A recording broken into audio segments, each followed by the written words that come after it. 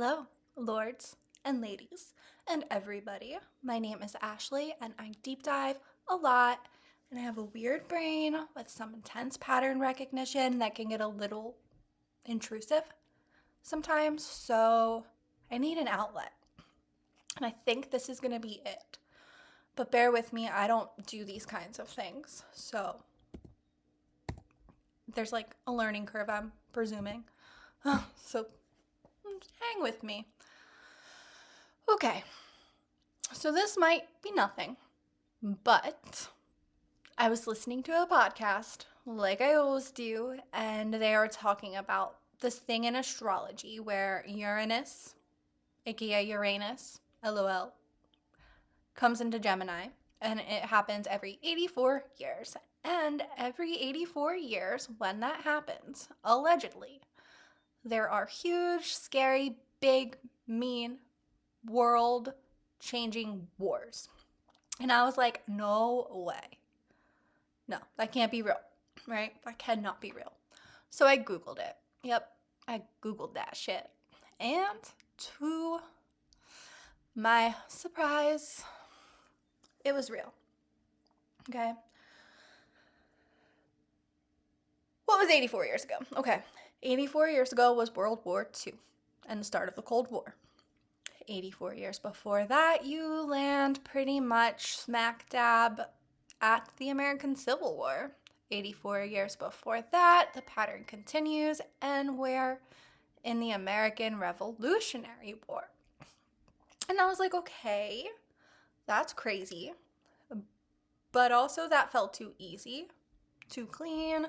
Like one of those things where your brain wants it to be true, but so I was like, okay, what happened before that? And that's where I spiraled.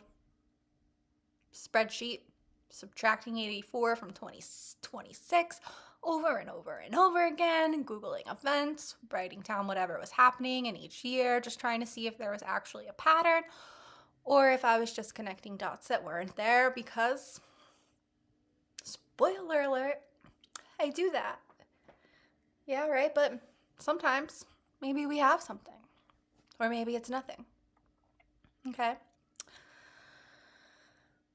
Anyway, during that spiral, I decided I needed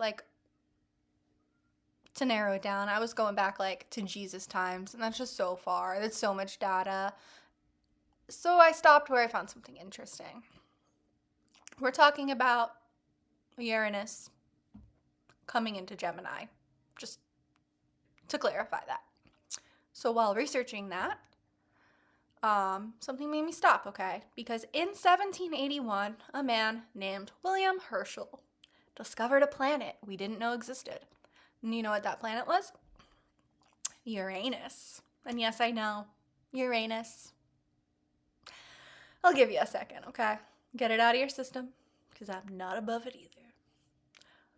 Okay?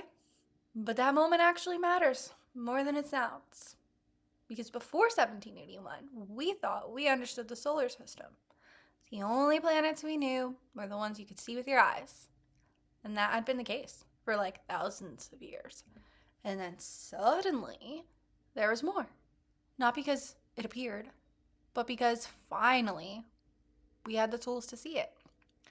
Telescopes had really only been in use for astronomy since the early 1600s.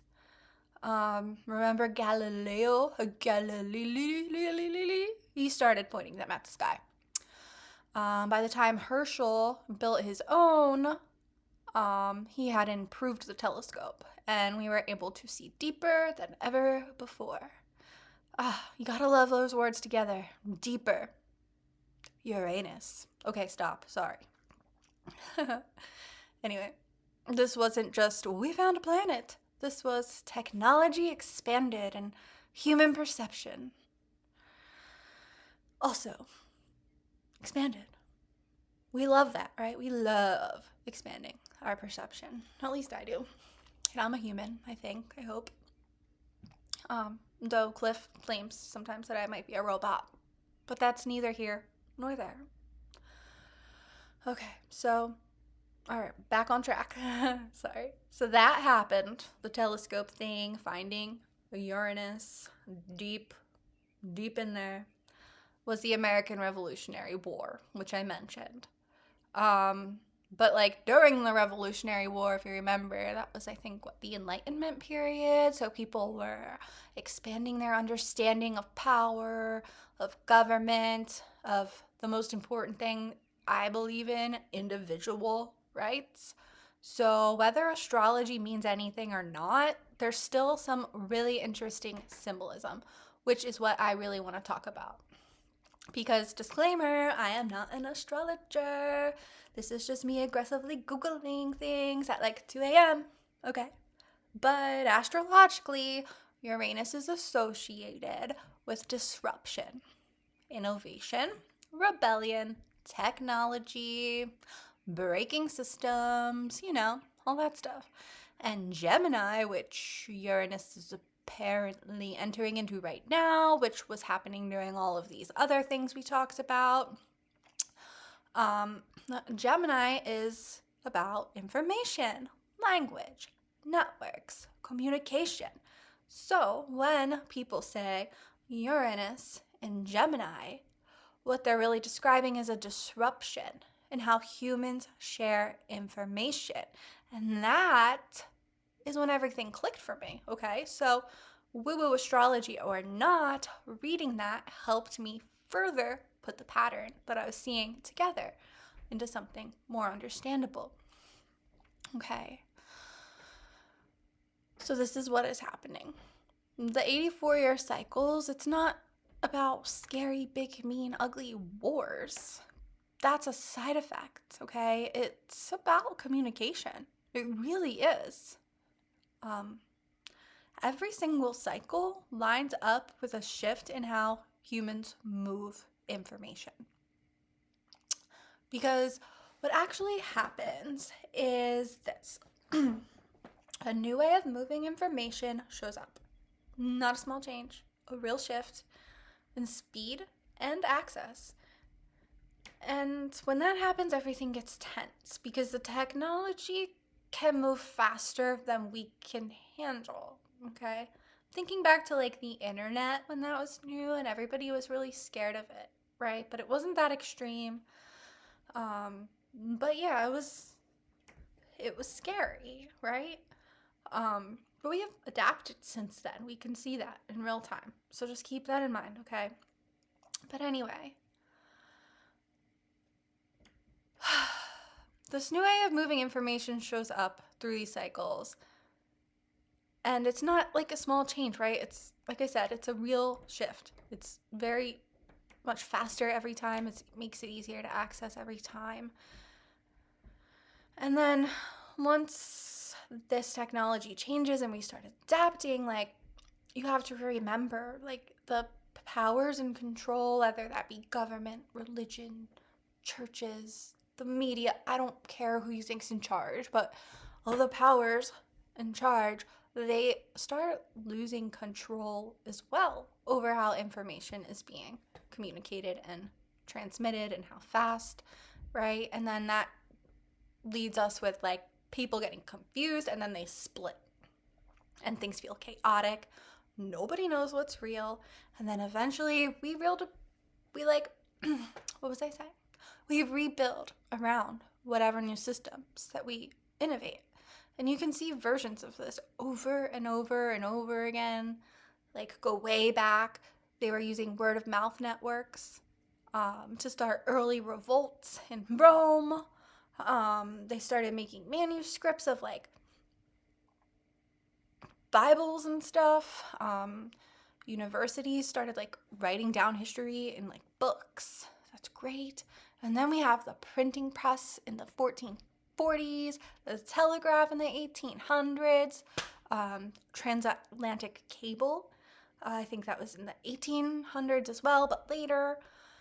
And that was crazy, right? Because that started connecting continents in real time. Like, we go from a horse with a guy on it with a message in his head to basically being able to talk to people across the ocean almost instantly.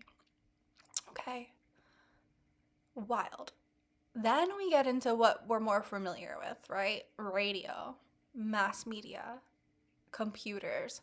Those came around the same time as World War II.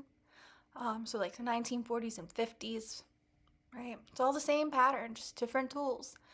And then this part really got me too, okay? So 84 years, this length of the cycle is also the average span of a long human lifetime.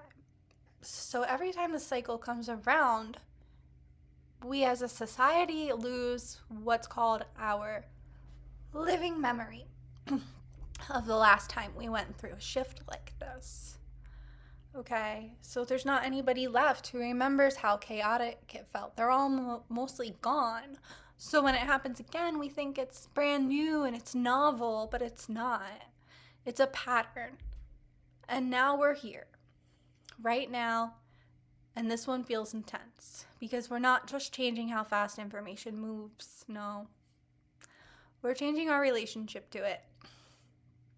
We're not only consuming information, we're now interacting with it. Like, for example, right now, you listening to this, you're interacting with me, you're communicating with me, I'm telling you information, and you are not even here. And that in itself, to me, is like insane. And now we have AI, right? And AI is, I think, what this current Gemini, Uranus, astrological thing is hinting at, if we believe it for a second. Okay? Because with AI, we don't know what's real anymore. What's fabricated? What's informative? What's misinformation? What is true? Who's truthful? We can't rely on like the gatekeepers of information anymore. Let's be honest, right? I say right a lot. I told you, I don't like talk at nobody ever. So this is new. But back to it. We can't trust, the people who choose what information we get and how we get it and how it's relayed. And that's clear. We're also creating a lot more now, So yeah, there's the fake stuff. There's chaos.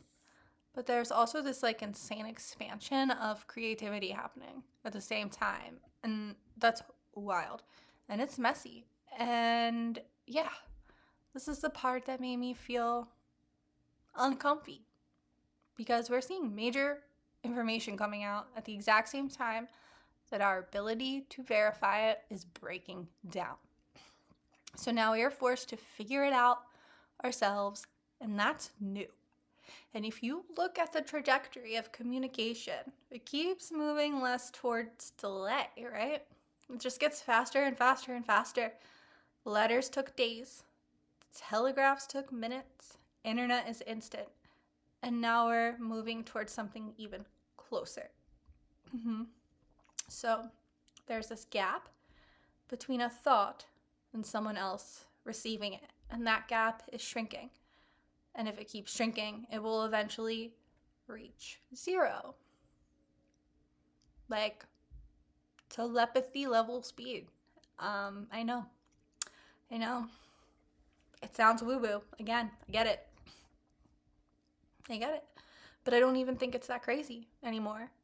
Because look where we are already, okay?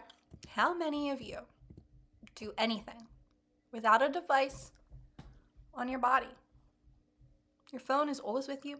Your smartwatches, headphones. We're already integrated with technology. It's just externally. And we're pushing that boundary. Like, we keep pushing it. And there are companies like Neuralink working on brain-computer interfaces. And right now, it's medical, right? Helping people with paralysis. And that's great. But long-term, the gap between thought and communication, it's only going to get smaller.